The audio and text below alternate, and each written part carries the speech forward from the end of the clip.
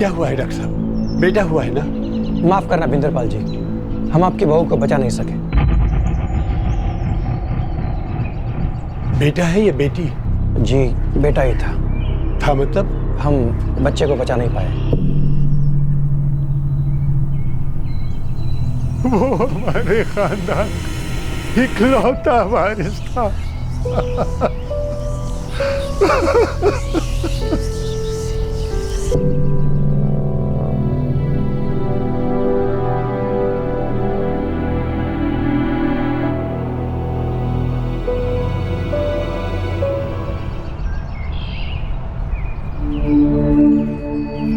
बाबूजी, खेतों पे जा रहा हूँ।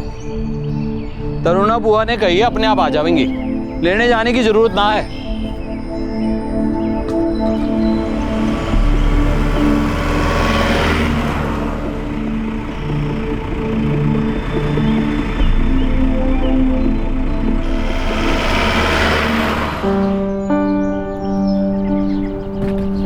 प्रणाम मामा जी। जीती रहे बेटा, जीती रहे।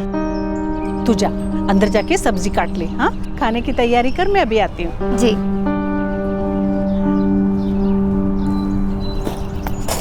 भैया क्या बात है, बहुत कमजोर लग रहे हैं। क्या करूं तरुण, हर वक्त बस एक ही चिंता लगी रहती है।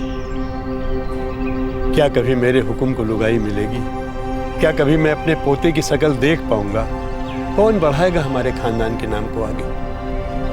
27 बरस हो गए, तब से आज तक बस यही एक चिंता है जो खाई जा रही है। भगवान पर भरोसा रखो भैया, ऐसी चिंता करोगे तो बीमार पड़ जाओगे। रुक रुक, खुदाई तेरे को यहाँ से यहाँ करनी है, और तू भी समझ ले किस तरह करना है। और जल्दी जल्दी हाथ चलाओ, और देखो ऐसे काम नहीं चलने का। और आम पड़, हाथ चला।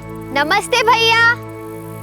अरे देविका कैसी है तू? बस ठीक हूँ। सफर बढ़िया रहा? बिल्कुल ठीक था। लीजिए, अच्छा खाना खाइए। ये बात तो ठीक है। जब तक बुआ जी और तू घर में है, खाना तो बढ़िया ही मिलेगा। अच्छा भैया, मैं जरा जल्दी में हूँ, आप खाना खा लीजिए, मुझे ना शाम के लिए सब्जी भी लेनी है। ठीक है, रात को घर पे ही मिलते हैं। जी।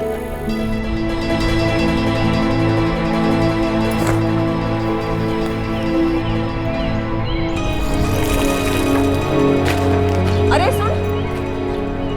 जी? तू बिंदरपाल जी की भांजी है ना? हाँ। उनकी छोटी बहन तरुणा की बेटी? जी हाँ। क्या नाम है तेरा? देविका। तो मेरा अंदाजा सही निकला, तू बड़ी होकर और भी सुंदर हो गई है।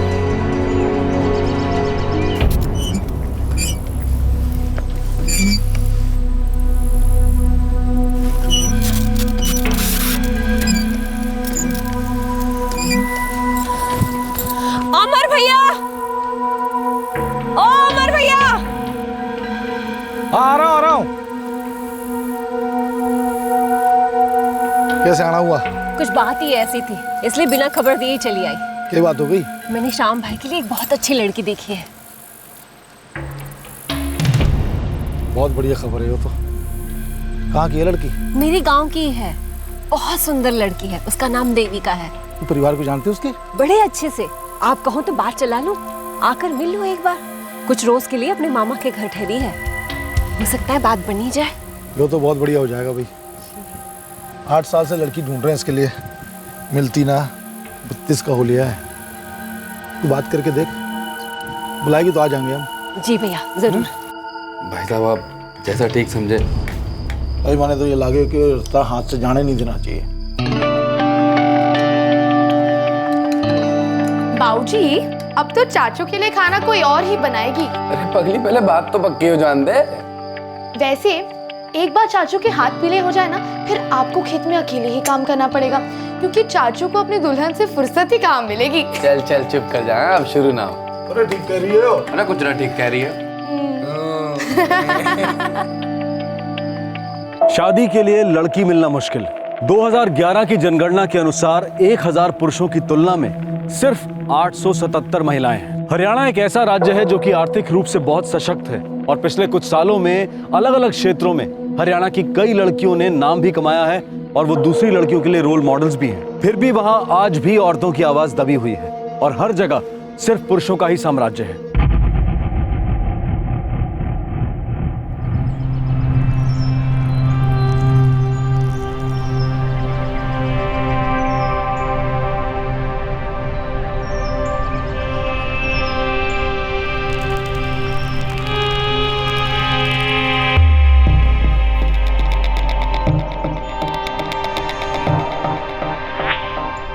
बेटा, सबके हाथ में चाय दे।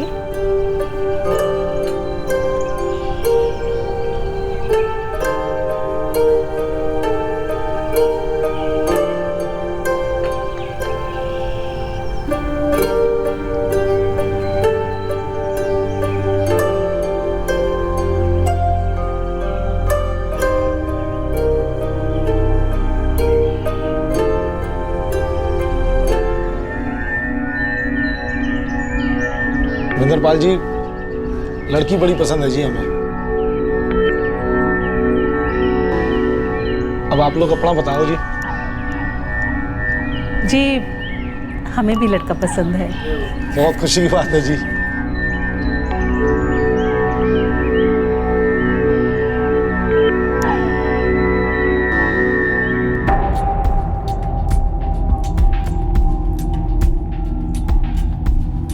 सही कह रहे हैं आप भैया, बिल्कुल सही।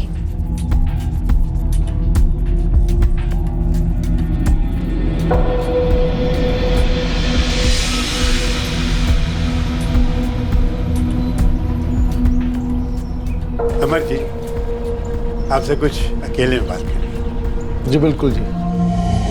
अब लड़की तो दे ही रहे हैं, लेन देन की बात भी कर ली जाए। देखो जी, हम लोग आप जितने रईस तो ना है, पर दोनों भाई मिलके इतना कमा लेते हैं कि सुख चैन से बस बसर हो जाता है। आपकी बेटी की भी शादी तो नहीं तय हुई है ना? नहीं जी, अभी सोच ही रहे हैं, बस रिश्ता ढूंढना शुरू करेंगे। 2 साल पहले मेरी पत्नी गुजर गई, तब से घर का सारा काम वही देखती है। अरे तो घर का ख्याल करने के लिए तो हमारी देविका आपके यहाँ आ ही रही है। अगर सब कुछ ठीक ठाक हो गया तो। कैसी बात कर रहे हैं विंदरपाल जी, सब कुछ बढ़िया हो। और कोई बात करनी हो तो बताओ जी। अमर जी, मेरे पास ढेर सारे खेत खलिहान है, बहुत सारी जमीन जायदाद है, लेकिन हमें कोई वारिस नहीं है। मेरे बेटे हुकुम की पत्नी बरसों पहले गुजर गई और उसके साथ ही उसके बच्चे की भी मौत हो गई। तब से हमने बहुत कोशिश की, लेकिन उसके लिए कोई लुगाई नहीं ढूंढ पाया। आप अगर राजी हो तो अट्टा सट्टा कर लेते हैं। मेरी बेटी देविका को आप रख लो और अपनी बेटी स्मृति हमें दे दो। मेरे बेटे हुकुम का घर बस जाएगा।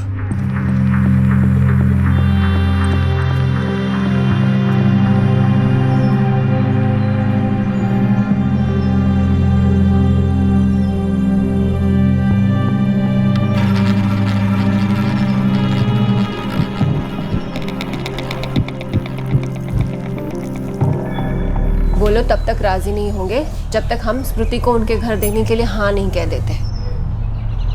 अट्टा सट्टा कर लेते हैं, स्मृति भी अच्छे घर चली जाएगी, इसका भी ब्याह हो लेगा। हाँ, ये ठीक रहेगा। सरपंच जी से भी बात कर लेते हैं, पंचों की भी सलाह लेना जरूरी है।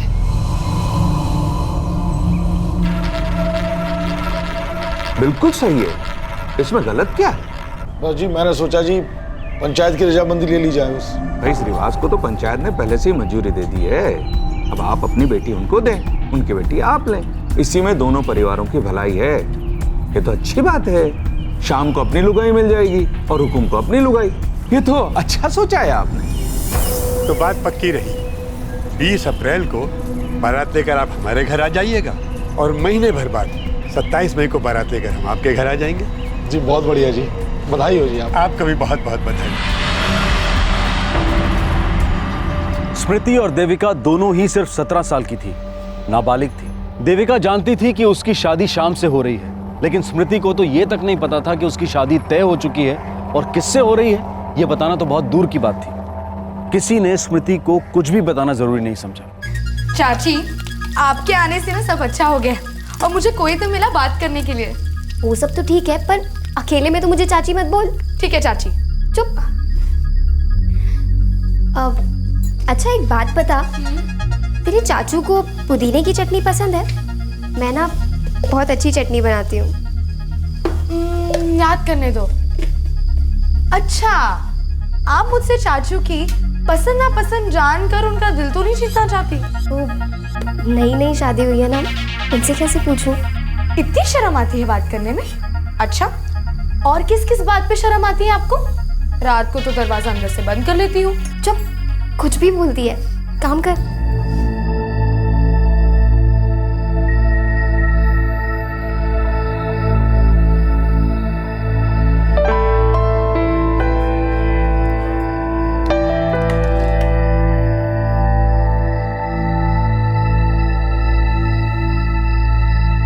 चाचू, आप ये पुदीने की चटनी चखिए ना। चाची ने खास आपके लिए बनाई है।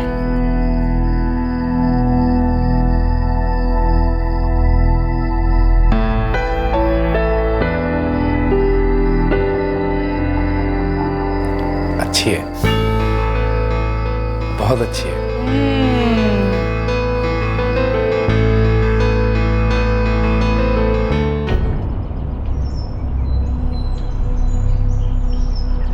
अगले हफ्ते ला दूंगा, चिंता ना कर। अरे बहू, बसमती को बुलाओ जरा। जी। बिटिया को बता देते हैं कि उसकी शादी होने वाली है।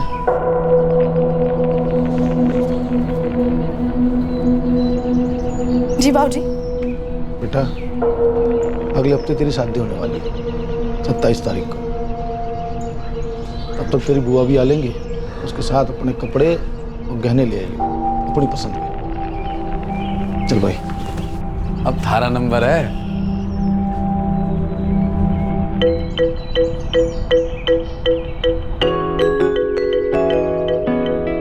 चाची, कौन है वो?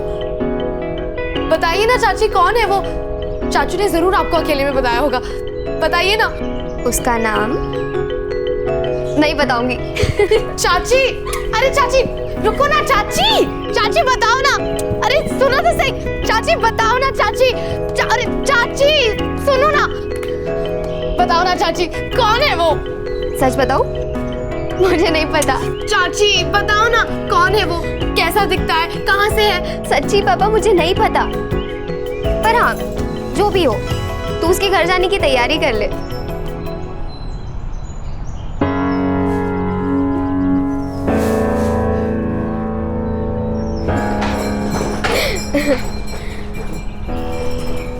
क्या हुआ, सपनों में खो गई? हाँ, क्यों ना देखूं सपने। चाची बताइए ना, कौन है वो? मुझे सच में नहीं पता, आज ही पता चला तेरे साथ में। और वैसे भी कौन है, क्या करता है, ये सब ना पता होने में भी ना एक अलग ही मजा होता है। हाँ, लेकिन अगर पता हो कि वो दिखता कैसा है तो मैं सपने और अच्छे से देख सकूंगी ना। क्या मुझे सपने देखने का कोई अधिकार नहीं? ये जानने का अधिकार नहीं कि मैं अपनी जिंदगी किसके साथ बिताने वाली हूं? इतना भी अधिकार नहीं कि वो जो कोई भी है उसे देखकर मैं शादी के लिए हाँ या ना कर सकूं? मुझे सिर्फ आदेश दिया गया कि मुझे ये शादी करनी पड़ेगी। मैंने ज्यादा पढ़ाई नहीं की, ज्यादा स्कूल नहीं गई। बड़ी हुई तब से यही सुनती आई हूं कि एक दिन माँ बाबूजी कोई अच्छा घर ढूंढकर मेरी शादी करवा देंगे और मेरे लिए लड़का वही ढूंढेंगे। लेकिन एक ऐसा लड़का जो मुझसे 33 साल बड़ा है, क्यों? नहीं, इधर लगवाना ना ऊपर। मुकेश, इनको लगवा के फटाक से पहले, जल्दी जल्दी, टाइम नहीं है फिर। हेलो पकड़ो भाई, मैं क्या कह रहा था, बारात थोड़ी देर में पहुंच जाएगी। अच्छा, तुम इंतजाम करवाओ फटे। हाँ। जीजा जी। अरे भाई, हाल ही है। हाँ, कैसे हैं आप? बढ़िया एकदम। जीजा जी, अब दूल्हा कौन है? हुकुम चौधरी। हुकुम चौधरी? अपनी देविका है ना, उसका मेरा भाई है। अच्छा, लेकिन ये शादी को अचानक से तय कर लिया, पहले बताया भी नहीं। सब जल्दी जल्दी में हो गया कुलदीप जी। अरे जल्दी करो। अरे क्या कर रही हो, बारात आ गई, जल्दी करो। बहुत सुंदर लग रही हो, चलो जल्दी करो, जल्दी करो। क्या हुआ, धड़कनें तेज हो रही है ना? बहुत ज्यादा। ऐसा लगता है मुझे दिल का दौरा पड़ जाएगा। चुप, कुछ भी बोलती है।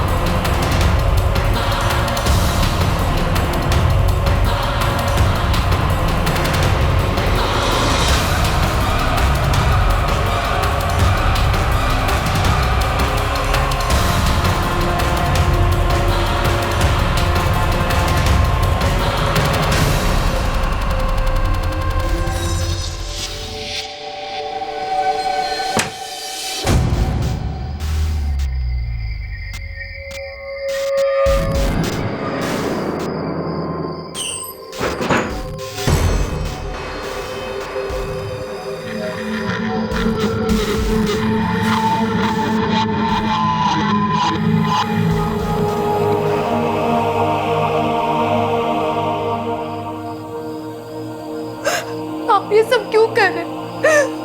मुझे बहुत दर्द होता है।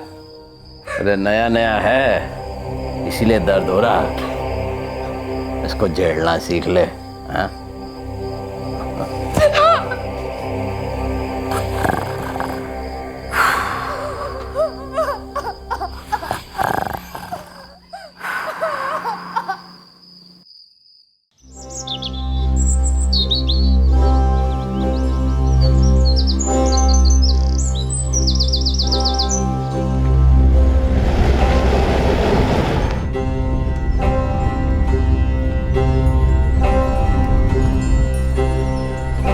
जी वैसे हमारी बेटी ने आपके घर को पूरी तरह अपना लिया ना? जी बिल्कुल, गौणे की रस्म के लिए से यहाँ छोड़े जा रहा हूँ। एक हफ्ते बाद लेने आ जाऊंगा। जैसा आप ठीक समझे जी, आपका ही घर है ये।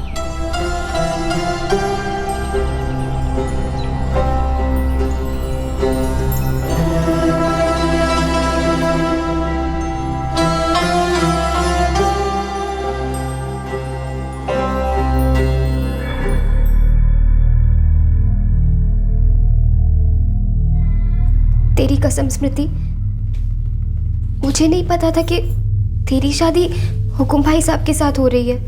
उन्हें मेरी कोई परवाह नहीं है। उन्होंने पिछले हफ्ते हर रात मेरे साथ जबरदस्ती की। मुझे बहुत दर्द होता है, लेकिन उन्हें कोई फर्क नहीं पड़ता।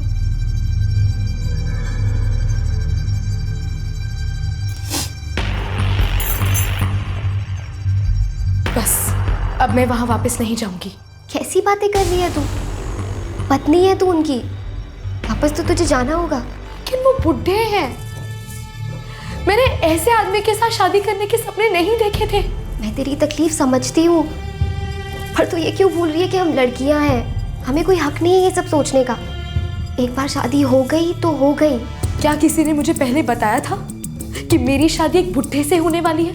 मानती हूँ कि तुझे किसी ने नहीं बताया, पर अगर तुझे पता होता तो भी तू क्या कर लेती?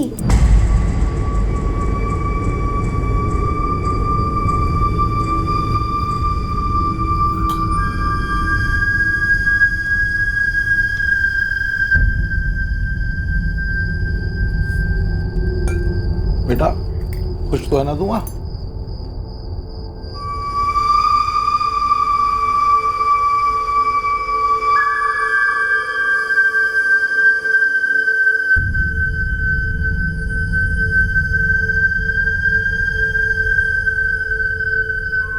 देख स्मृति, मैं तेरी कोई मदद नहीं कर सकती। तुझे हुकुम भाई साहब के पास वापस जाना ही पड़ेगा। लेकिन मैं वहां वापस नहीं जा सकती, मैं उस आदमी के साथ नहीं रह सकती। तू समझती क्यों नहीं है? मेरे हाथ में कुछ नहीं है। मुझसे कोई उम्मीद मत रखना।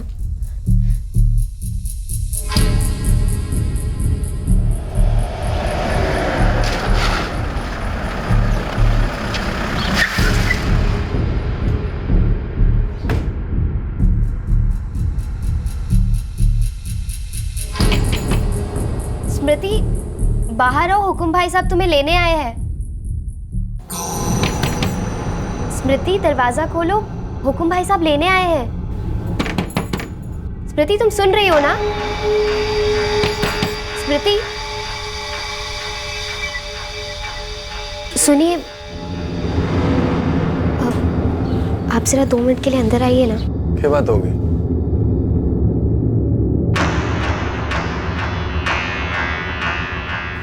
स्मृति, बेटा क्या बात हो गई? बेटा दरवाजा खोल। तुम्हें पता है क्या बात हुई है? स्मृति, देख दरवाजा खोलना तो तोड़ दूंगा फिर मैं। बेटा क्या बात हो गई? बाबूजी, मैं वापस नहीं जाऊंगी। क्यों? वो मुझसे उम्र में कितने बड़े हैं। वो हर रात मुझसे जबरदस्ती करते। तेरे पति हैं वो? मुझे इतने बूढ़े पति नहीं चाहिए। वो हर रात मेरे साथ जबरदस्ती करते। मुझे इतना दर्द होता है, मुझसे वो सब बर्दाश्त नहीं होता। प्रीति, तू ऐसा ना कर सकती है। तने अपने पति के घर जाना होगा। स्मृति, स्मृति, दरवाजा खोल। स्मृति, देख ज्यादा नाटक मत कर रहे तो खाद उतर दूंगा तेरी मैं। खोल दरवाजा। स्मृति, क्या नौटंकी चले? कुछ नहीं दामाद जी, बच्ची है थोड़ा डर गई थी बस। मैं उनके साथ नहीं जाऊंगी। उनसे कह दीजिए कि अपनी उम्र की कोई दूसरी बीवी ढूंढ ले। यो लड़की हमारी बेइज्जती करे। ना दामाद जी, ऐसी बात ना है जी। दामाद जी, माफ कर दीजिए हम लोग को। कल कैसे भी करके इसे मैं आपके घर पहुंचा दूंगा। यो ठीक ना है, वो हमारी पत्नी है। मैं माफी मांगता हूँ दामाद जी आपसे। कल तक कैसे भी करके वो आपके घर तक पहुंच जाएगी।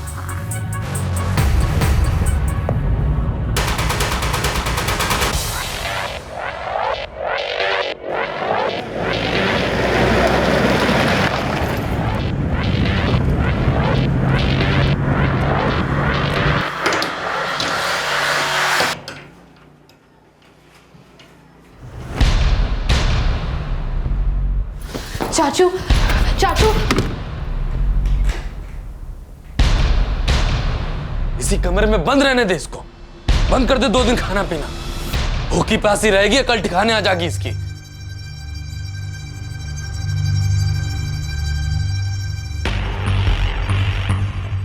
कल तक राह देखते हैं, और अगर कल भी घर वापस नहीं आई तो फिर हम ही कोई कदम उठाएंगे।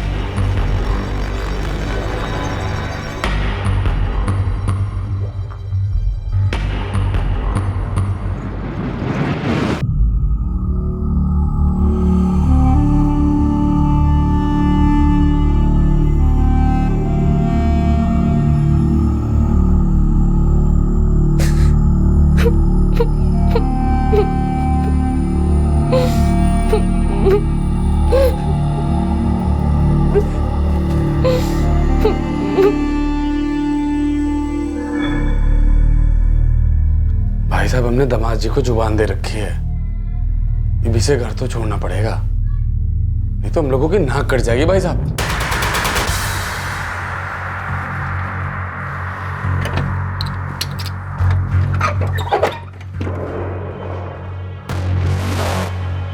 स्मृति बेटा, देख दरवाजा खोल दे। बेटा मैंने तेरी सारी बात समझ में आ गई है। स्मृति बेटा देख, कल मेरा माथा गर्म था बेटा, गुस्से में पता नहीं क्या कह गया तुझसे, मुझे माफ कर दे बेटा। भूख भी लगी होगी ना तने, कि कुछ ना बोलूंगा, खोल दे बेटा। स्मृति बेटा, कि कुछ ना बोलूंगा, खोल दे बेटा।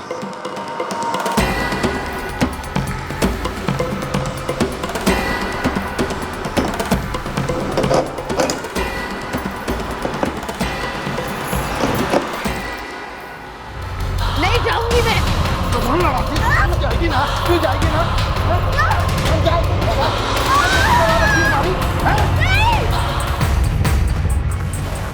भाई साहब जो भी हो उसकी परवाह करने की कोई जरूरत ना है। उसको उसके ससुराल तो भेजना ही पड़ेगा। अगर वहां पर भी नाटक करेगी तो उसके ससुराल वाले खुद निपट लेंगे। तो देख रहा ना कैसे जज पड़ी है ये। भाई साहब आप कहो तो 2-4 लोगों को बुला लूं, इसको यहाँ से जबरदस्ती वहाँ उठा के ले जाएंगे। उसकी कोई जरूरत ना है, 2-4 दिन यहीं पड़ी रहने दे ऐसे ही। भूख लगेगी ना अपने आप समझ जाएगी। चल।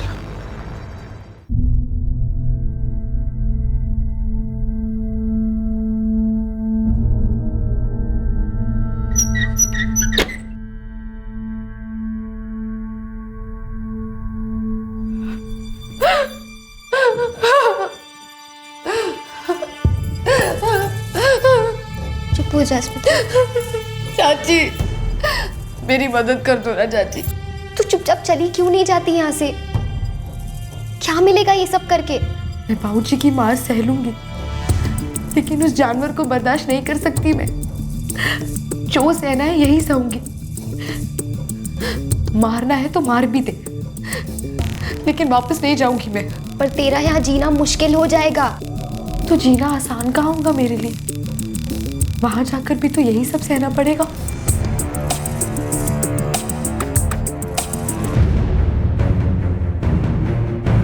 अमर और उसका परिवार तो आपके रिश्तेदार हैं गुलाब जी। इससे क्या होता है? रिश्ता अपनी जगह है, हम सब गवाह हैं। हमारे सामने शादी हुई थी। अब स्मृति हुकुम की पत्नी है। और वो अड़ियल लड़की तो मानने को तैयार ना है। रीति रिवाज के मुताबिक गौने पे उसके घर छोड़ने गया था, आने को मना कर रही है। ऊपर से हमारी बेइज्जती भी की। अमर अपनी बेटी के साथ इतनी नरमी क्यों दिखा रहा है?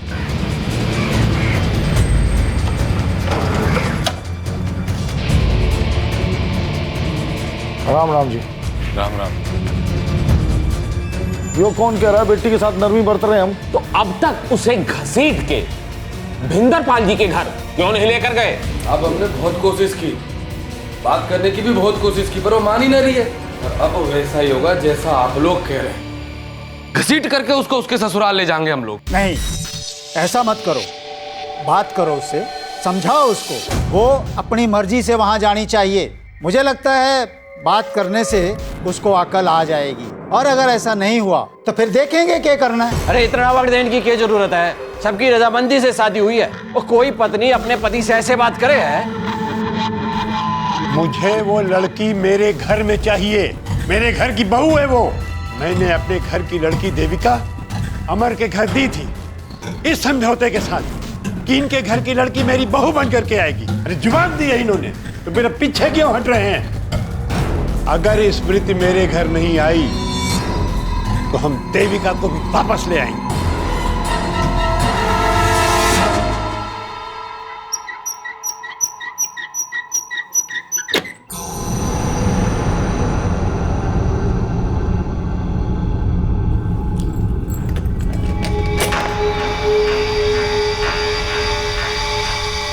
स्मृति, तू करना क्या चाहती है? मैं वापस नहीं जाऊंगी। क्यों जिद कर रही है? तेरी जिद की वजह से मेरी जिंदगी भी खराब हो जाएगी। हाथ जोड़ती हूँ तेरे, वापस चली जा। नहीं जाऊंगी, नहीं जाऊंगी, नहीं जाऊंगी। देख स्मृति, खुद पे नहीं तो कम से कम मुझ पे तरस खा ले। अगर तू वापस नहीं गई ना तो मेरे मायके वाले आके मुझे ले जाएंगे।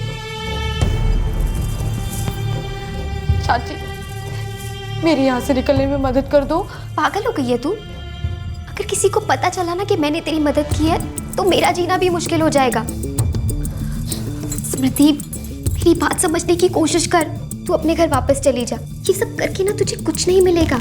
हम लड़कियों की बात कौन सुनता है?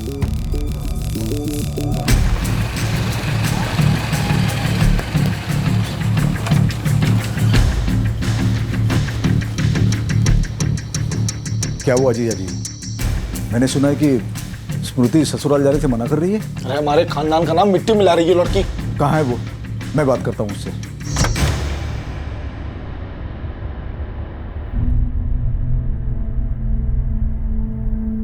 मामा जी,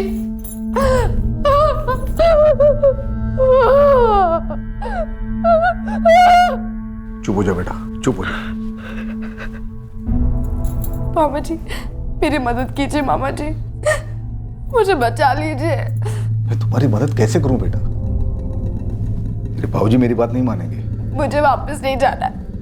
देख बेटा, इन लोगों के लिए ये घर की इज्जत का, मान मर्यादा का सवाल है। मुझे खुद शादी के दिन दूल्हे को देख के धक्का लगा था, पर मैं चुप हो गया क्योंकि मुझे पता है ये लोग मेरी बात नहीं मानेंगे। बाबा जी मुझे यहाँ से नहीं चलो। बाबा जी मुझे यहाँ नहीं रहना है। मुझे नहीं चलो ना। चुप हो जा, मेरी बात मान ले, भरोसा रख। मैं कुछ करता हूँ। तू अपने पति के घर चले जा। देख देख, वहां पे तेरी मदद करना मेरे लिए आसान होगा। लेकिन मामा जी वो लोग मुझे मार डालेंगे। कान खोल के सुन लो, ये हमारा घर है। आप बीच में टांग अड़ाओगे तो कतई बर्दाश्त ना करेंगे हम। 17 साल की बच्ची है वो, नाबालिग है अभी। आप ही सोचिए 50 साल के आदमी के साथ कैसे रहेगी बच्ची? रट्टा सट्टा किया हमने, जुबान दी है। पर जुबान के लिए बेटी की जान लोगे क्या? आपकी सोच अलग है, हमारी अलग है। हमारे परिवार के बीच में ना बोलो तो बेहतर होगा। बस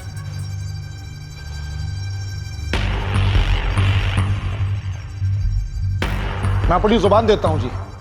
अपनी बेटी को कल तक का वक्त दूंगा। बस राजी हुई तो ठीक, ना तो घसीट के हुक्म जी के दरवाजे पे ले जाऊंगा मैं। यही सही होगा। इतने दिन बीत गए, लड़की ससुराल जाने को तैयार ही नहीं। आसपास की कच्ची उम्र की लड़कियां देखेगी तो क्या सीखेंगी?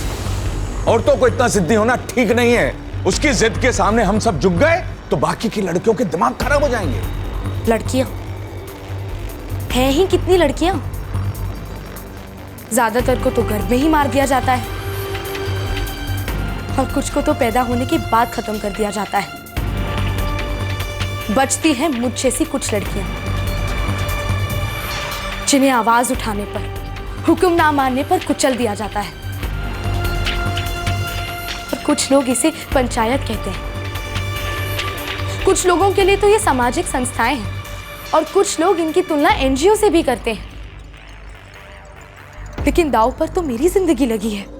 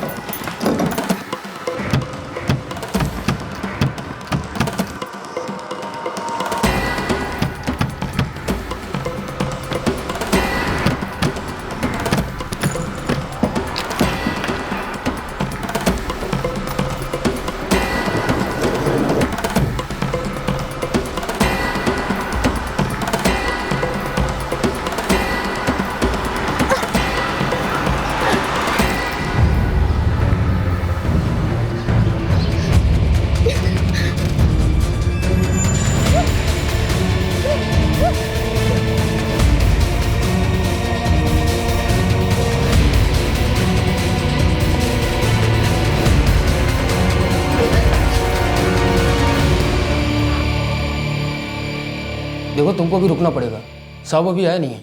साहब मेरी मदद कीजिए साहब। अगर देर होगी वो लोग मुझे मार डालेंगे साहब, मेरी मदद कीजिए। देखो तुम यहाँ बैठ जाओ, मैं साहब को बुलाता हूँ। अभी अभी तो सुबह हुई, चलो बैठ जाओ।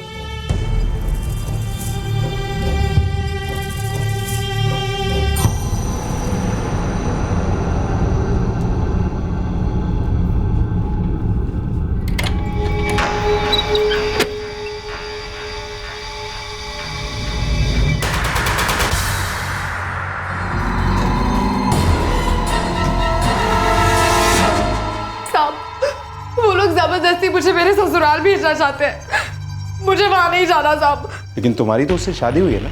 उन्होंने मुझे बिना बताए मेरी शादी एक 50 साल के आदमी के साथ कर दी। मैं अभी 17 साल की हूँ। वो आदमी हर रात मेरे साथ जबरदस्ती करता है। मुझे उसके घर नहीं जाना है साहब। मैं उस आदमी के साथ नहीं रह सकती।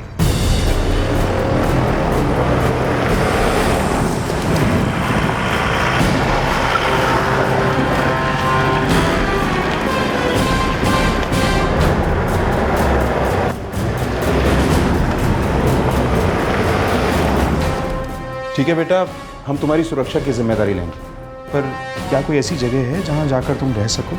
नहीं, लेकिन एक मामा जी है, वही मेरी मदद कर सकते हैं।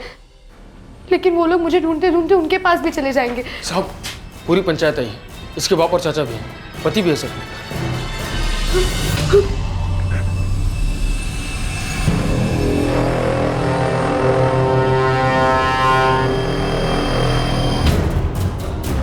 देखिए, मैंने कहा रुक जाइए, कोई आगे नहीं बढ़ेगा। देखिए जय सिंह जी, ये ग्राम पंचायत का मामला है, आप इससे दूर रहो। और जो हमारी बेटी है, यो हमारी बीवी है। मैं इस आदमी के साथ नहीं जाऊंगी। आप लोग लड़की पे जबरदस्ती नहीं कर सकते हैं। कोई जोर जबरदस्ती नहीं कर रहा इंस्पेक्टर साहब। इसके बाबूजी से बातचीत हुई थी, रिश्ता पक्का हुआ था, बाकायदा शादी हुई थी, और सभी पंच गवाह हैं। लेकिन मुझे किसी ने नहीं बताया था कि मेरी शादी एक बुड्ढे से होने वाली है। यो मेरी बेटी है और इससे कैसे निपटना मैं देख लूंगा। एक बात समझ लो, इस मामले में पुलिस ना ही आए तो अच्छा है। ये गांव की इज्जत का सवाल है और मेरी इज्जत का भी सवाल है। चौकी में जितने सिपाही हैं ना, उससे 2 गुने गांव वाले बाहर खड़े हैं। और वैसे भी आप भी तो इसी गांव के हो ना। अब बेहतरी इसी में है कि लड़की को हमारे हवाले कर दो, बाकी हम सब देख लेंगे। मुझे इनके साथ मत भेजना साहब। मेरी बात मानो, अभी इनके साथ चली जाओ। अब ये जो भी कह रहे हैं मान जाओ। साहब ये लोग मुझे मार डालेंगे साहब। कोई कुछ नहीं करे, मैं और ज्यादा फोर्स लेके आऊंगा। अभी तुम इनके साथ जाओ बस। मैं नहीं जाऊंगी। मैंने कहा ना मैं आऊंगा, मुझ पर विश्वास रखो। साहब, साहब, साहब, साहब मेरे बचा लो साहब। सर, एसएचओ जय सिंह, सर मुझे और ज्यादा फोर्स की जरूरत है। गांव में एक लड़की की जान को खतरा है सर। गांव वाले और पंच कुछ भी कर सकते हैं।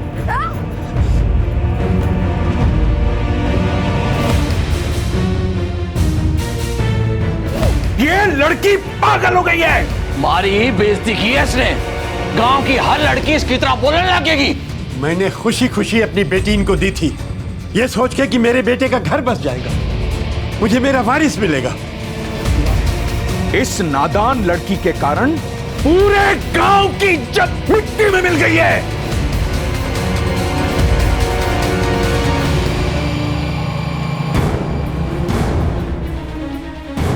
तुझे अपने जिद की कीमत चुकानी पड़ेगी। हाँ, चुकानी पड़ेगी।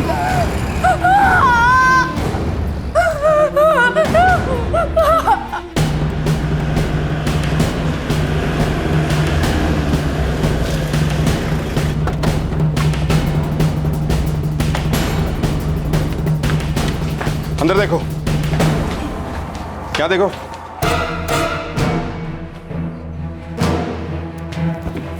सर वो लोग यहाँ नहीं। साहब, मुझे लगता है उन्होंने स्मृति के साथ कुछ कर दिया है।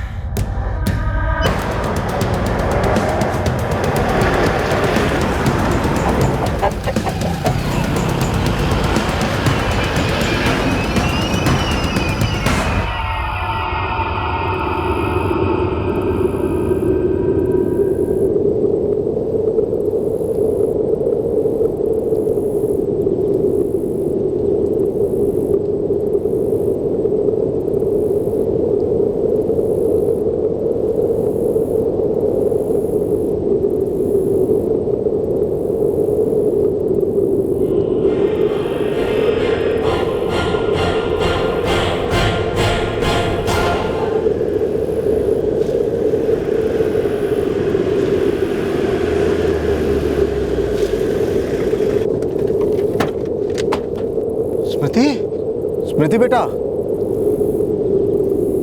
आपने साहब, इन लोगों ने बच्ची को मार दिया।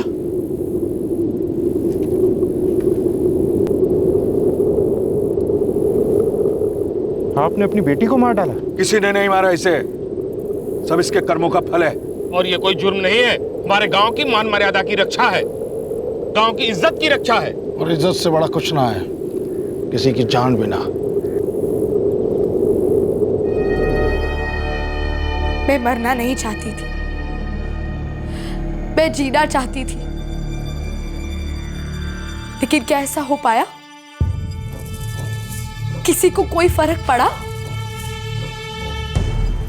ये लोग ताकतवर लोग हैं, ये एक पूरे समुदाय को ही नहीं पूरे गांव को मजबूर कर सकते हैं इनके फतवों को मानने के लिए। इतना ही नहीं, इनके इशारों पर ही वोट डाले जाते हैं। किस लिए? जो लोग सत्ता में आगे बढ़ना चाहते हैं वो लोग इनके सामने झुकते हैं, इनकी सोच को और बढ़ावा देते हैं, और ये सिलसिला ऐसे ही चलता रहता है। क्या इससे बदलाव की कोई उम्मीद है? बदलाव के लिए और कितनी मोमबत्तियां जलानी पड़ेंगी? चलिए पैनल्स बैठाइए, डिबेट्स शुरू कीजिए, ट्वीट करना शुरू कीजिए। Have a nice evening. और यहां मेरी जैसी लाखों लड़कियां हर पल मरती रहेंगी।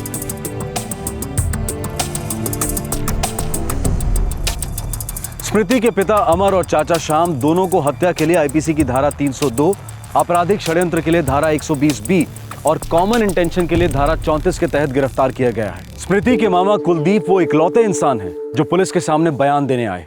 पोस्टमार्टम रिपोर्ट से साबित हो गया है कि स्मृति की मौत गला घोटने से हुई थी। न स्मृति के पिता को, न उसके चाचा को और न ही गांव के किसी आदमी को जरा सा भी अपने किए पर पछतावा है, बल्कि उन्होंने जो हुआ उसका समर्थन किया। कुलदीप ने गांव छोड़ दिया है क्योंकि वहां उनकी जान को खतरा है। सुनवाई की तारीख पर वो अपना बयान दर्ज करवाने आए और फिर वापस चले गए। 2012 में एक सेशन कोर्ट ने स्मृति के पिता और उसके चाचा को उम्र कैद की सजा दी। दोनों ही इस समय सश्रम कारावास की सजा काट रहे हैं। अदालत ने यह महसूस किया कि स्मृति के गुनहगारों को सख्त से सख्त सजा उन लोगों के लिए एक संदेश होगा जो इस तरह की मान मर्यादा और झूठी इज्जत के लिए किसी भी हद तक जा सकते हैं। लेकिन क्या ऐसा करने से सच में कोई बदलाव आया? कुछ फर्क पड़ा?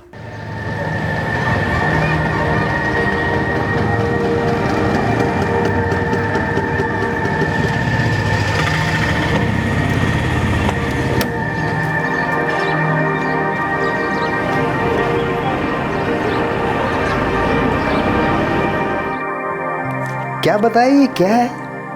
लैपटॉप। बच्चों की पढ़ाई में काम आएगा? हाँ एकदम अजित भाऊ। अरे कितने का है? नया लोगे तो 20,000 तक आ जाएगा और सेकंड हैंड लोगे तो 12,000 तक दे दूंगा। अच्छा, ये कितने का है? Desktop computer? हाँ। सेकंड हैंड लोगे तो 7,000 में दे दूंगा। अभी एक अच्छा पीस है, काफी फायदेमंद सौदा होगा। अच्छा, सेकंड हैंड है लेकिन अच्छा है। बाबा ने इंटरनेट भी लगवा दिया है। अच्छा, तू कौन से साइज देखती है? मतलब कोई भी जिसकी ज़रूरत हो। फ्रेंड्स स्क्वायर नाम का एक साइट है, उस पर गई है? नहीं, ये क्या है? अरे बहुत अच्छी साइट है, उस पर तुम पूरा दिन चैट कर सकते हो, नए नए फ्रेंड्स बना सकते हो उस पर। अच्छा? हाँ, सच बोलूं तो पूरा टाइम मैं उसी पर चैट करती रहती हूँ, बहुत मज़ा आता है। ओके।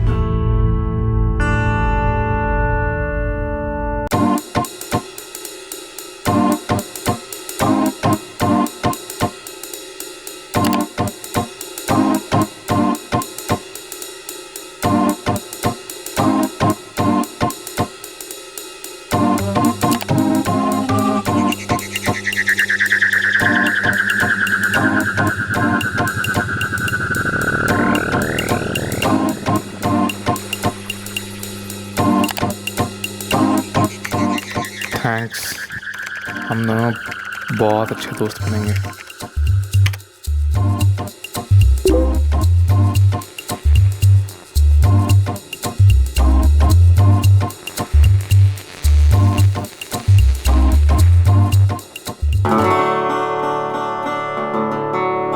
यस, मैं तुम्हें बहुत मिस कर रही हूँ। मैं भी कर रहा हूँ। क्या तू नहीं चाहती कि हम लोग हमेशा साथ ही रहें? ये कैसे हो सकता है फिरोज? तुम वहाँ हो और मैं यहाँ। हर्षिता, मैं यहाँ हूँ और अगर तुम भी यहीं आ जाओ तो? क्या मतलब? चलो शादी कर लेते हैं।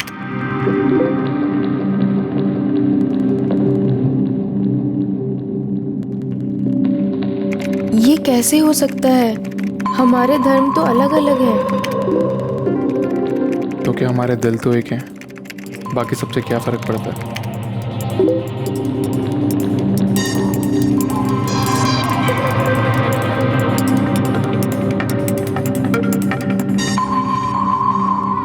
हर्षिता सिर्फ 17 साल की थी और फिरोज 21 साल का था। हर्षिता ने अब तक सिर्फ फिरोज की एक तस्वीर देखी थी और उस सोशल नेटवर्किंग साइट पर उसके मैसेजेस पड़े थे और वो दोनों एक दूसरे से पागलों की तरह प्यार करने लगे थे।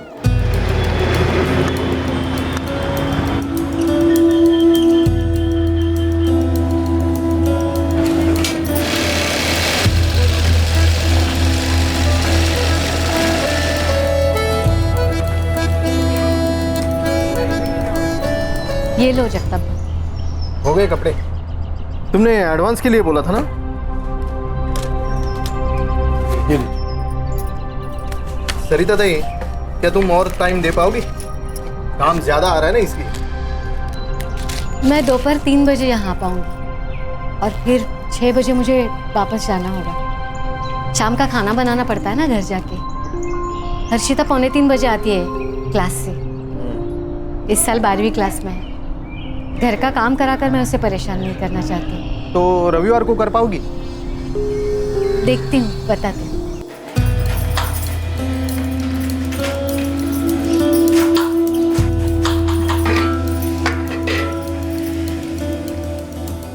हर्षिता, ले, तुझे कुछ किताबें लेनी थी ना? आई बाबा तो किताबें ले आए थे। ये देखो, वो दोपहर को ही ले आए थे। तो तेरे बचत वाले डिब्बे में डाल देती हूँ, जब चाहे ले लेना।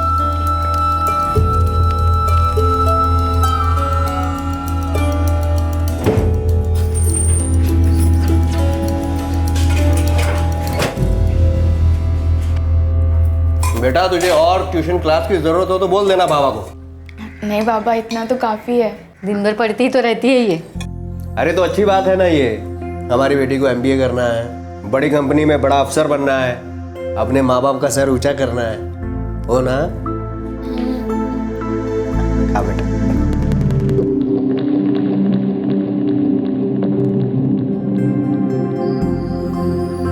मुझे पूरी उम्मीद है हर्षिता एक दिन जरूर कामयाब होगी। सो जाइए। दिन रात सोते जागते बस यही सपना देखते हैं आप। सो जाइए।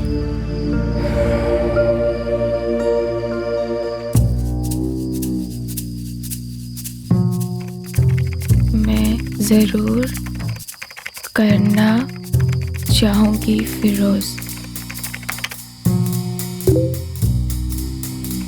फिर हर्षिता, इंतज़ार किस बात का है? जितना जल्दी उतना बेहतर।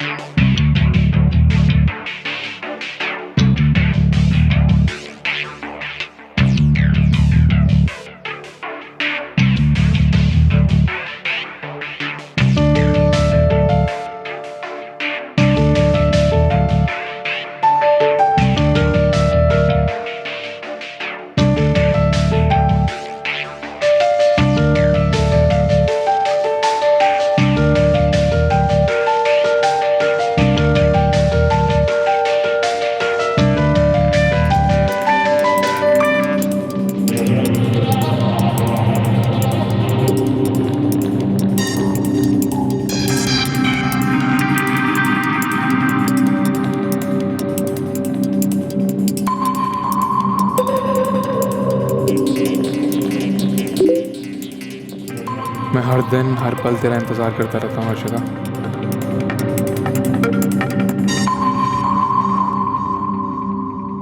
17 साल की हर्षिता को एक तरफ उसका प्यार खींच रहा था और दूसरी तरफ उसके आई बाबा का लगाव। ऐसे आई बाबा जो उसका जान से भी ज्यादा ख्याल रखते थे। वो कम से उम्र की मासूमियत, वो प्यार जिसे वो पहली पहली बार महसूस कर रही थी, उसके लिए कोई भी फैसला लेना मुश्किल बना रहा था।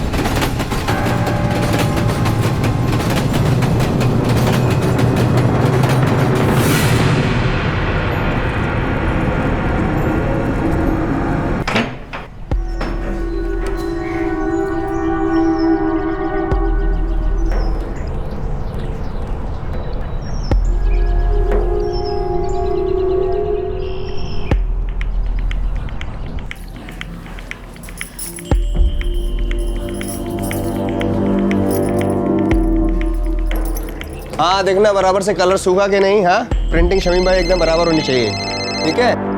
और ये अर्जेंट है। हाँ सरिता। हर्षिता ट्यूशन क्लासेस से अभी तक वापस घर नहीं आई। अरे तो कोई एक्स्ट्रा क्लास होगी। रोज 2:45 बजे तक आ जाती है घर। 4 बजने को आया, अभी तक नहीं आई। आज एक्स्ट्रा क्लास भी हो तो अब तक आ जाना चाहिए था उसे। अच्छा ठीक है, मैं देखता हूँ। शमीम भाई ये आप करवा लेना, मुझे ज़रा ज़रूरी काम में आता हूँ। हाँ ये अर्जेंट है, ज़रा देख लेना आप।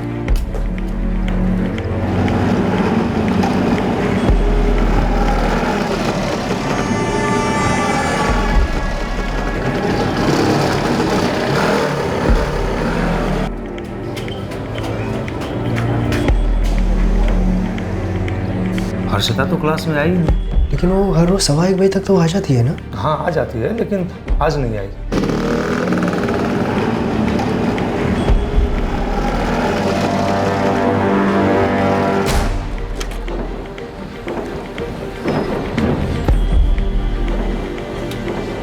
हम 12 बजे क्लास स्टार्ट करते हैं, पर हर्षिता आज आई नहीं। पक्का वो नहीं है? मैं आपसे झूठ क्यों बोलूंगी?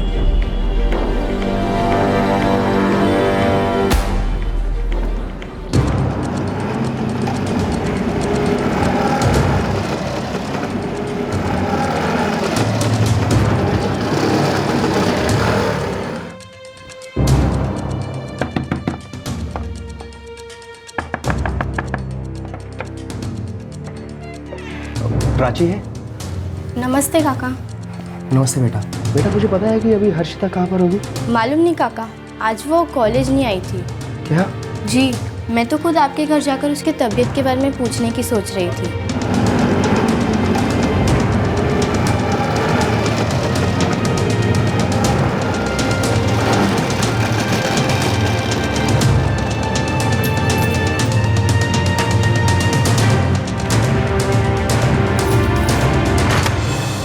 अरे मैं उसकी सब सहेली के घर पर गया पर वो कहीं नहीं मिली। सुबह कॉलेज के लिए तो निकली थी, मैंने टिफिन भी दिया था उसे। आई जाती हूँ। Tiffin bye.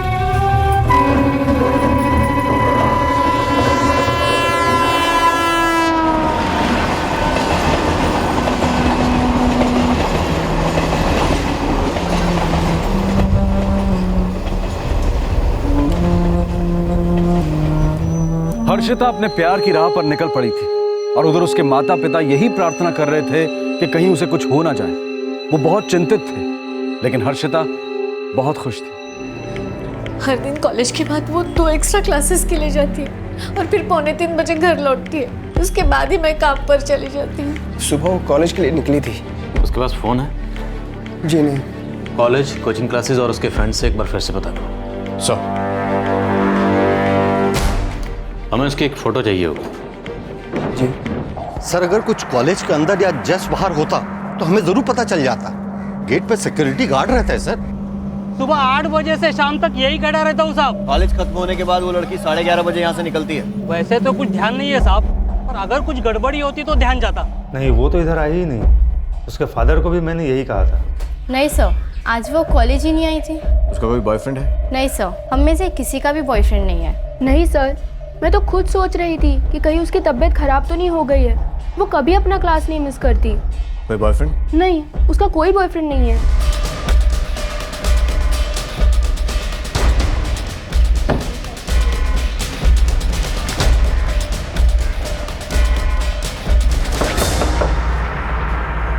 नहीं साहब, हमारी बच्ची बिल्कुल जिद्दी नहीं है। कभी किसी बात को लेकर उसने कोई जिद की हो या लड़ाई की हो? नहीं साहब, मैं एक फैक्ट्री में सुपरवाइजर हूँ और मेरी पत्नी भी लेडीज टेलर की दुकान में पार्ट टाइम काम करती है। साहब, हमने अपनी पूरी मेहनत से हर्षिता की हर इच्छा पूरी की है। हमारी बच्ची तो काम से काम रखने वाली लड़की है, बहुत होशियार है, MBA करना चाहती है। फिर भी याद कीजिए, कभी किसी बात को लेकर आपने उसे डांटा हो जिससे नाराज होकर वो कहीं चली गई हो? नहीं साहब, हर्षिता हमारी इकलौती बेटी है। हम दोनों ने तो उससे ऊंची आवाज में बात भी नहीं की कभी। आप चिंता मत कीजिए, हम उसे ढूंढने की पूरी कोशिश कर रहे हैं और उम्मीद है वो जल्दी मिल जाएगी।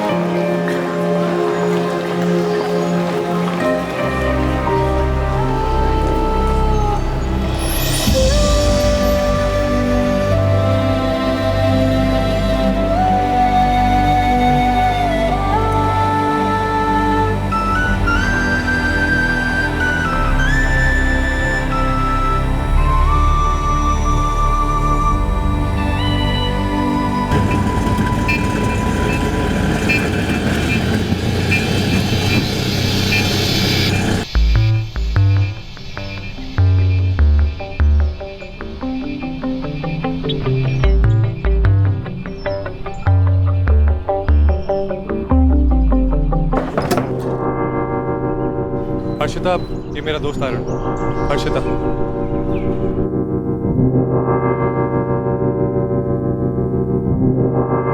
मेरे अम्मी अबू अभी थोड़े नाराज हैं, लेकिन जल्दी मान जाएंगे। 1-2 दिन में मैं अपने परिवार से तुम्हें मिलवा दूंगा। हम शादी तो करेंगे ना?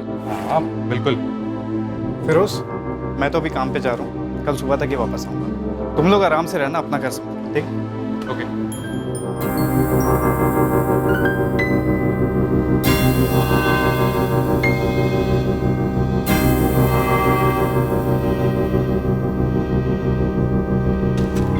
सर, सभी बस स्टैंड्स और सभी रेलवे स्टेशंस पर नोटिस भेज दिया है और हर्षिता की फोटो सभी पुलिस स्टेशन में भेज दी है। सब कुछ नॉर्मल चल रहा था, कुछ गड़बड़ नहीं थी और अचानक गायब हो गई। सर, मैंने खबरियों को भी काम पे लगा दिया है, कहीं कोई ट्रैफिकिंग रैकेट ना हो। हर्षिता के किसी भी दोस्त को जरा भी आइडिया नहीं है कि उसका कोई बॉयफ्रेंड था भी या नहीं। उसके माँ बाप ने भी जितना बताया उसके हिसाब से बहुत ही अच्छी लड़की थी और अच्छी स्टूडेंट भी थी। सर, कहीं अपनी मर्जी से तो कहीं नहीं गई है? हाँ, लेकिन वो ऐसा क्यों करेगी?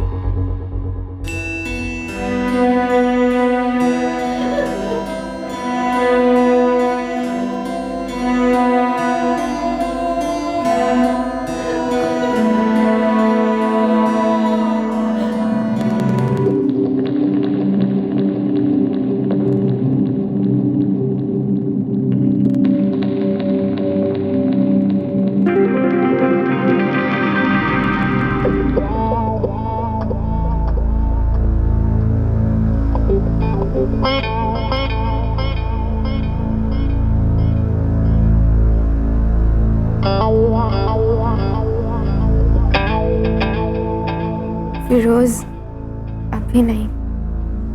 मैं और बीवी हैं। पर हमारी शादी नहीं हुई है ना, और अभी तक तो मैं तुम्हारे अम्मी अबू से भी नहीं मिली हूँ। अरे वो तो आज नहीं तो कल मान ही जाएगी। मुझे ये सब सही नहीं लग रहा। तुम झूठ बोल रही हो ना? नहीं फिरोज, ये सब शादी के बाद। लेकिन क्या फर्क पड़ता है? मुझे नहीं पता, लेकिन पहले हमें शादी कर लेनी चाहिए।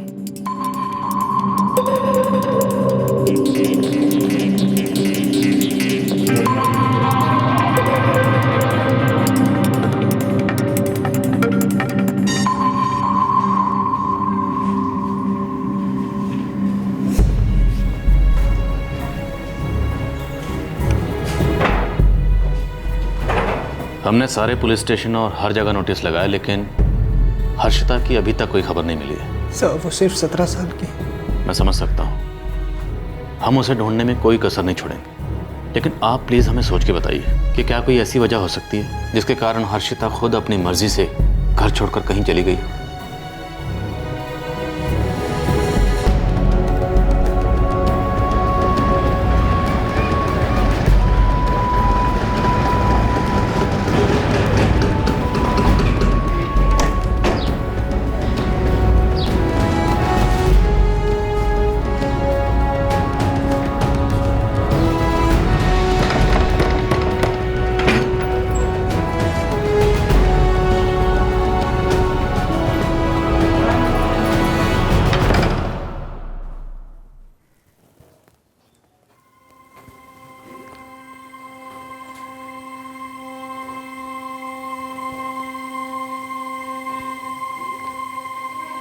पुलिस को उसकी कोई खबर नहीं मिली है। वो पूछ रहे थे कि क्या कोई ऐसी वजह है जो वो खुद ही चली जाए। मेरे बचत के डिब्बे से सारे रुपए गायब हैं। कुछ सामान निकालने के लिए मैंने अलमारी खोली तो बचत का डिब्बा खुला पड़ा था।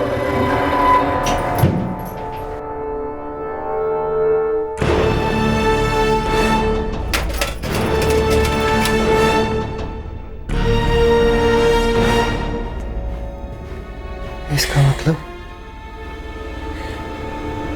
खुद ही चली गई। क्यों? लेकिन क्यों?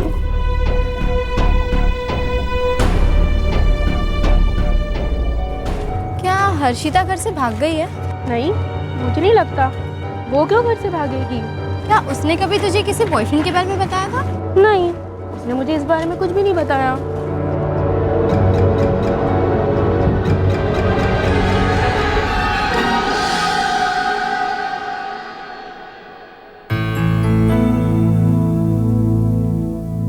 फिरोज, तुम और खूबसूरत लग रही हो। फिरोज, पर मैं अब तक तुम्हारे अम्मी अब्बू से मिली नहीं हूँ। मैंने तुम्हारे बारे में जिक्र किया उनसे। वो अभी थोड़े गुस्से में है, पर मान जाएंगे। फिरोज, मैंने पहले ही कहा था कि हमारे माँ बाप नहीं मानेंगे। हमारा धर्म अलग है। एक बार हमारी शादी हो गई ना तो वो मान ही जाएंगे। फिर वो पेरेंट्स हमारे प्यार करते हैं और अब हमारी शादी हो गई, शौहर और बीवी हो गए हम। अब तुम्हारे पास मुझे रुकने का कोई बहाना नहीं है।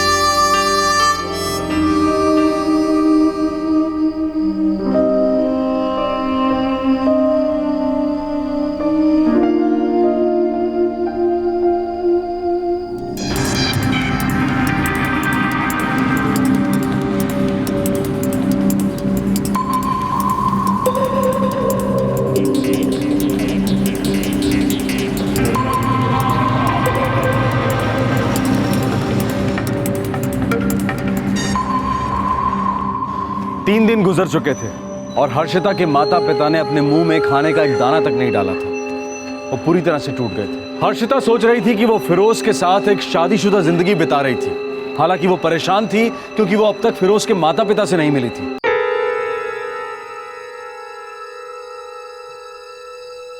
क्या हुआ? फिरोज, तुम मुझे अपने घर अब तक नहीं ले गए हो। मुझे ये सब सही नहीं लग रहा है। पर हम अच्छा टाइम बिता रहे हैं ना। पर फिरोज, मैं ये सब करने के लिए अपने माँ बाप को छोड़ के नहीं आई हूँ। मैं यहाँ पे घर बसाने आई थी, हमारा घर। मुझे तो लगा था कि तुम्हारे अम्मी अब्बू मान गए होंगे। हर्षिता, मुझे भी ये लगा था कि वो मान जाएंगे, पर वो मानने को तैयार ही नहीं है। मुझे नहीं पता, मुझे उनसे मिलना है बस।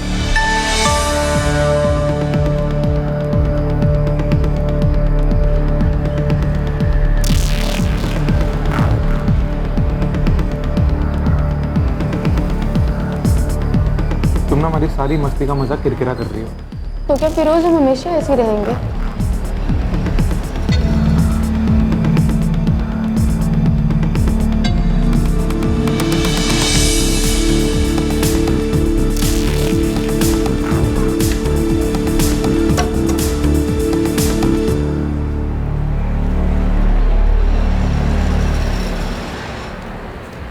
क्या हुआ?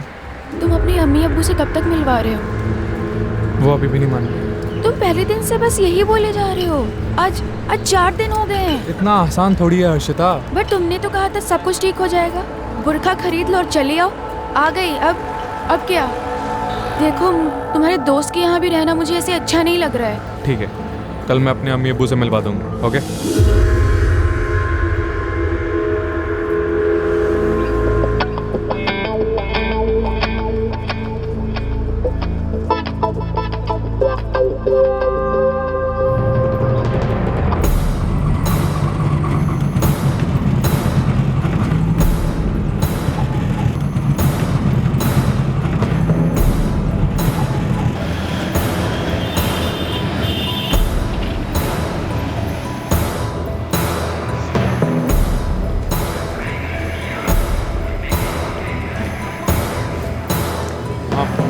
तुम इधर बैठो, मैं टिकट लेकर आता हूँ। हम कहाँ जा रहे हैं?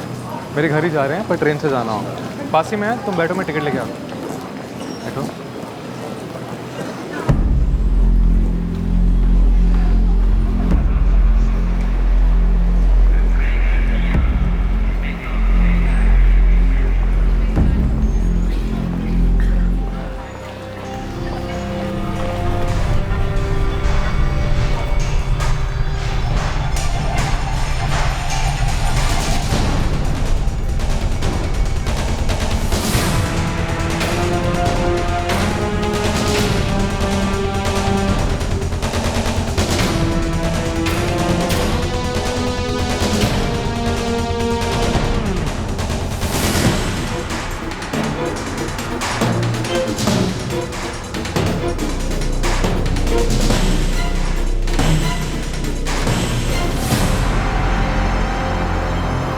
कहाँ चले गए थे? मैं तो डरी गई थी, मुझे लगा तुम वापस ही नहीं आओगे। ये लो टिकट हर्षिता, लो रखो। अब मुझे क्या दे रहे हो? अपने पास रखो ना। कोल्हापुर के लिए। कोल्हापुर? तुम्हारे अम्मी अब्बू कोल्हापुर में रहते हैं? मेरे नहीं, तुम्हारे रखो। तुम जाओ नहीं कि बस वापस। क्या मतलब? मतलब हर्षिता, हमारी शादी नहीं हो सकती। पर तुम्हारे कहने पे तो मैं यहाँ आई हूँ। हाँ, तो मैं ही बोल रहा हूँ ना वापस जाने के लिए। और कोशिश भी मत करना मुझसे बात करने की। अगर ज़रूरत पड़ी तो खुद फ़ोन करके बात करूँगा मैं। ठीक है? फिरोज। ओके। फिरोज। फिरोज।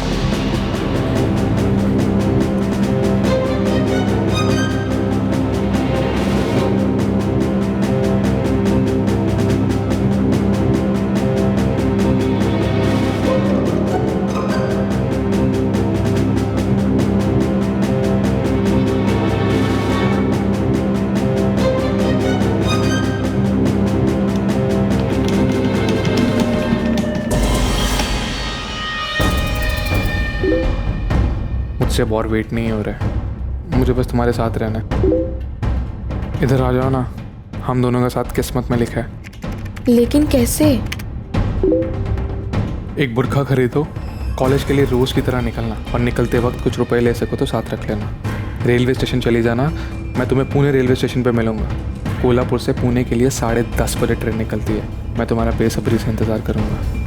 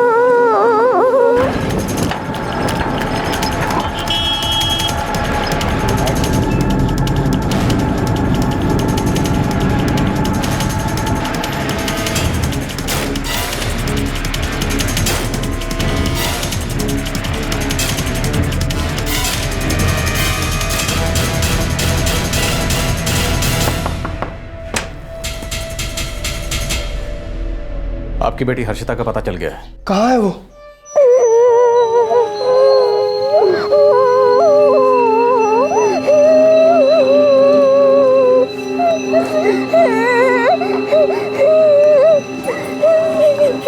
क्या हुआ?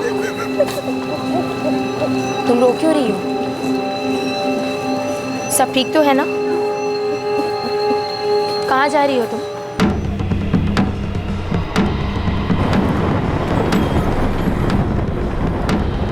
हमें ये तो नहीं पता कि उसके साथ क्या हुआ है, लेकिन उसने पुणे रेलवे पुलिस से कांटेक्ट किया है और अभी वो उन्हीं के पास है।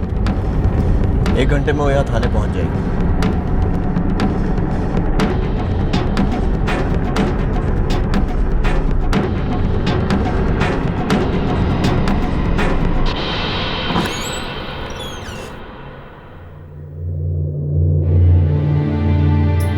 हर्षिता,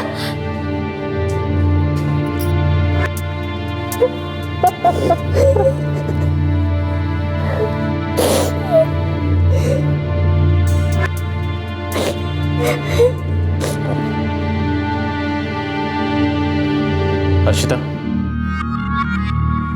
क्या हुआ था तुम्हारे साथ? बताओ।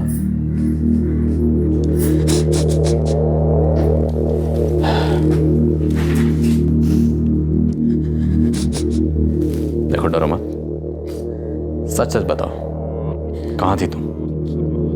तुम अपनी मर्जी से कहीं गई थी या किसी ने तुम्हें अगवा किया था? तुम पुणे रेलवे स्टेशन कैसे पहुंची?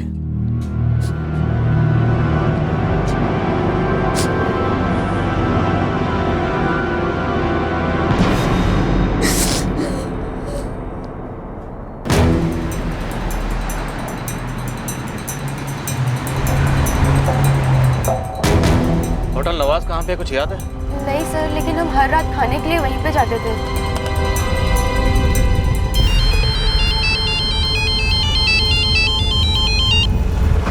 हाँ करमर कर बोलो।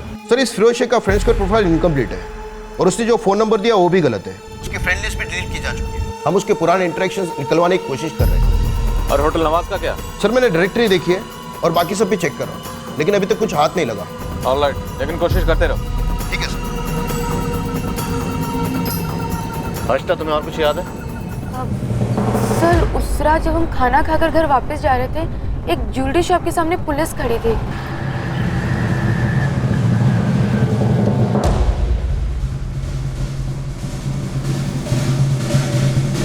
भाई, क्या कुछ हुआ है क्या? हाँ, कोई चोरी हुई है।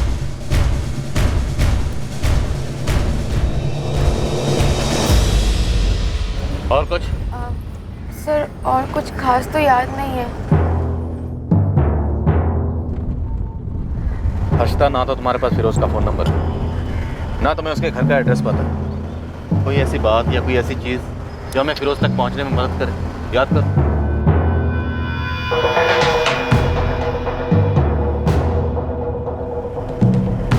ये ज्वेलरी शॉप में चोरी किस दिन हुई? सर 20 जनवरी की रात को।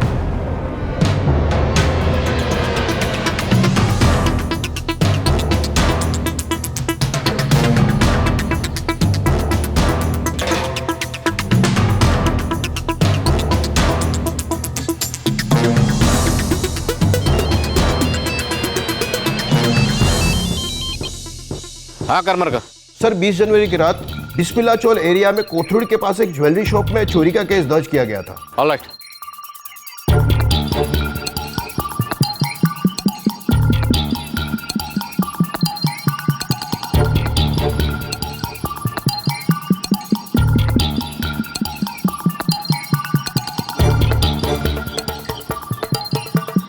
सर यही थी वो शॉप। हाँ यही वाली थी।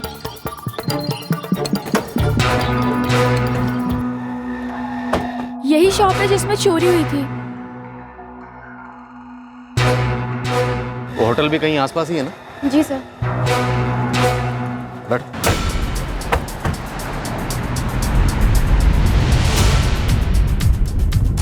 सर यही है वो होटल। सर यही है वो होटल।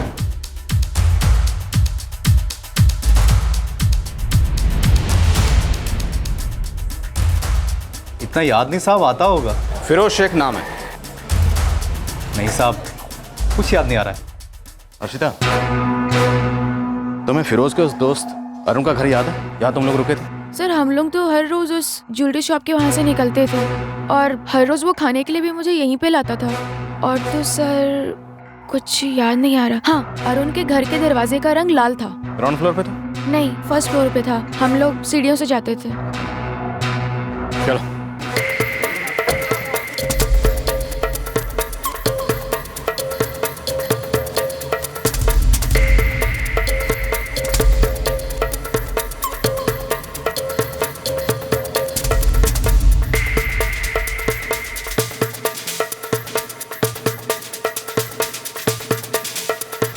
सर इधर।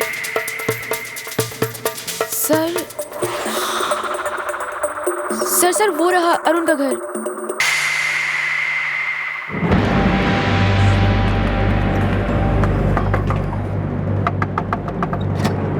जी, ये अरुण है? जी सर। क्या हुआ?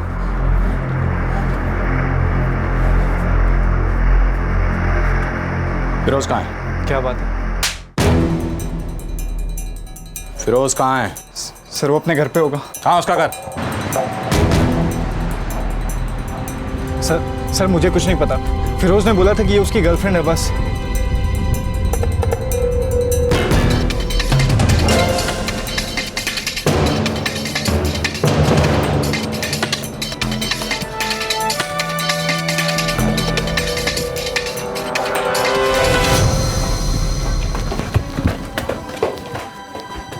सर फिरोज यहाँ पे रहता है।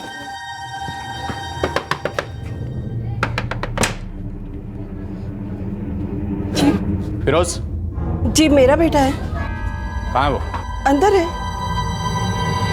क्या बात है सर? फिरोज? क्या बात है? क्या बात है? कौन है? अरे क्या बात है? फिरोज! क्या बात है? क्या हुआ? फिरोज! फिरोज! यही वो लड़का? फिरोज! क्या बात है? क्या किया है तुमने?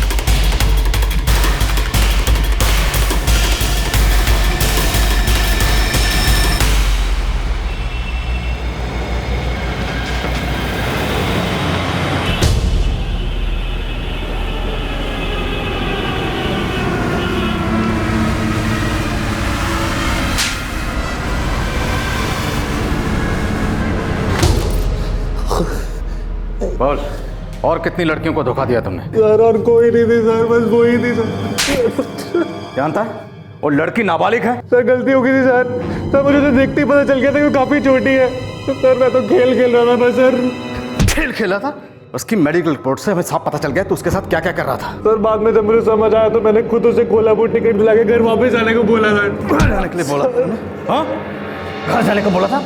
तू जानता है तूने उसके साथ क्या किया है? गलती हो गई सर, गलती हो गई सर, गलती हो गई। साहब ये मेरा इकलौता बेटा है, गलती तो उसने कर दी है साहब। मारो उसे, जी भर के मारो, लेकिन साहब उसे छोड़ दीजिए। वो फिर ऐसा नहीं करेगा साहब, उसे माफ कर दीजिए।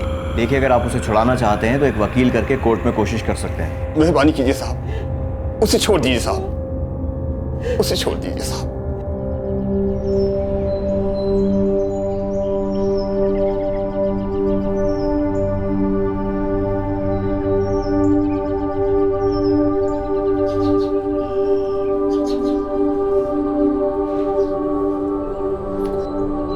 एक बार उससे बात कर लीजिए ना, गलती की है उसने,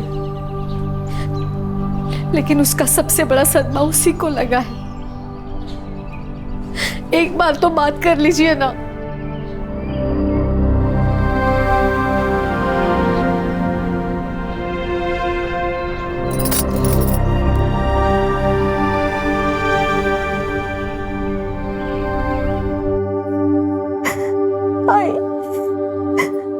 मुझे माफ कर दो, मुझसे गलती हो गई, मुझे नहीं पता क्या हो गया था, मुझे माफ कर दो। आई एम सॉरी, मुझे माफ कर दो, प्लीज मुझे माफ कर दो। आई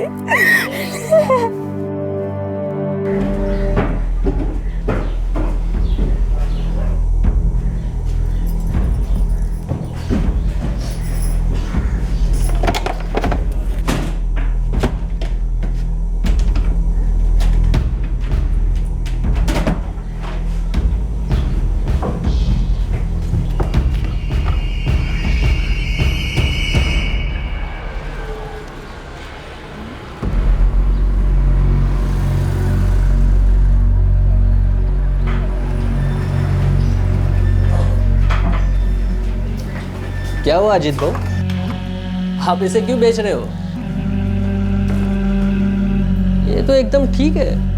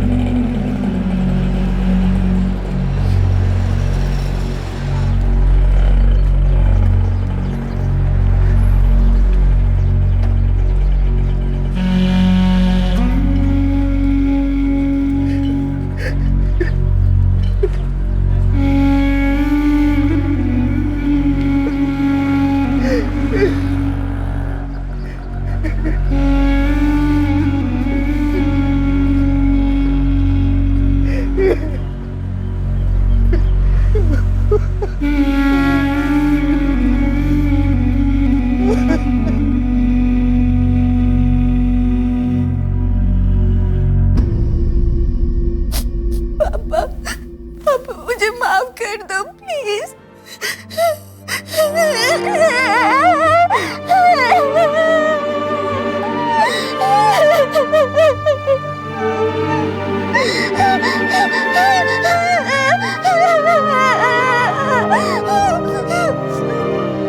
फिरोज पर आईपीसी की धारा 361 के तहत वैध संरक्षण से अपहरण करने के लिए, 376 के तहत बलात्कार करने के लिए और पॉक्सो एक्ट के सेक्शन 4 के तहत पेनिट्रेटिव सेक्सुअल असॉल्ट के लिए केस दर्ज किया गया है। फिरोज अभी न्यायिक हिरासत में है और उसके खिलाफ चार्जशीट जल्दी ही पेश की जाएगी।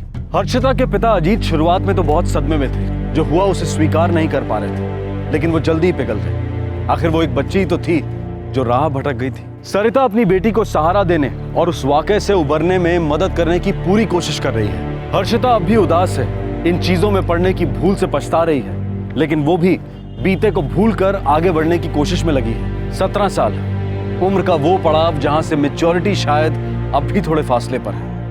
एक ऐसी उम्र जहां तन और मन नए नए अनुभव करना चाहता है। इंसान हर चीज खुद करके देखना चाहता है, खुद ठोकर खाकर ही सीखना चाहता है। समझदारी की बातें प्रवचन लगती हैं। इस उम्र में ऐसा सोचना संभव है और शायद ऐसा हर उम्र में ही होता है। लेकिन माँ बाप के लिए बच्चों की गुपचुप छिपी हरकतें मुश्किलें पैदा करती हैं और अगर बच्चे खुलकर सवाल करें तब भी उनके जवाब मुश्किल ही होते हैं। अब ऐसे में सोशल नेटवर्किंग साइट्स पर सारा इल्जाम डालना सही नहीं होगा। जिंदगी की दूसरी चीजों की तरह उनकी भी अपनी कुछ अच्छी बातें हैं, कुछ बुरी बातें। जो भी हो, जिंदगी के झटकों से और तकलीफों से खुद को बचाना जरूरी है। माना कि नए प्रयोग, नए अनुभव अच्छे हैं, लेकिन अगर संभल कर कदम रखा जाए तो खुद को महफूज रखना और जिंदगी में धोखा खाने से बचना आसान होगा। आपसे फिर मुलाकात होगी क्राइम पेट्रोल दस्तक में एक और नए केस के साथ। तब तक अपना ख्याल रखें, सुरक्षित रहें और याद रखें, सोशल नेटवर्किंग की दुनिया हमारी जिंदगी का सिर्फ एक हिस्सा है, हमारी जिंदगी नहीं है। जय हिंद। क्राइम पेट्रोल्स के और भी दिलचस्प कहानी देखने के लिए हमारे चैनल को सब्सक्राइब करें और बेल आइकॉन दबाना न भूलें।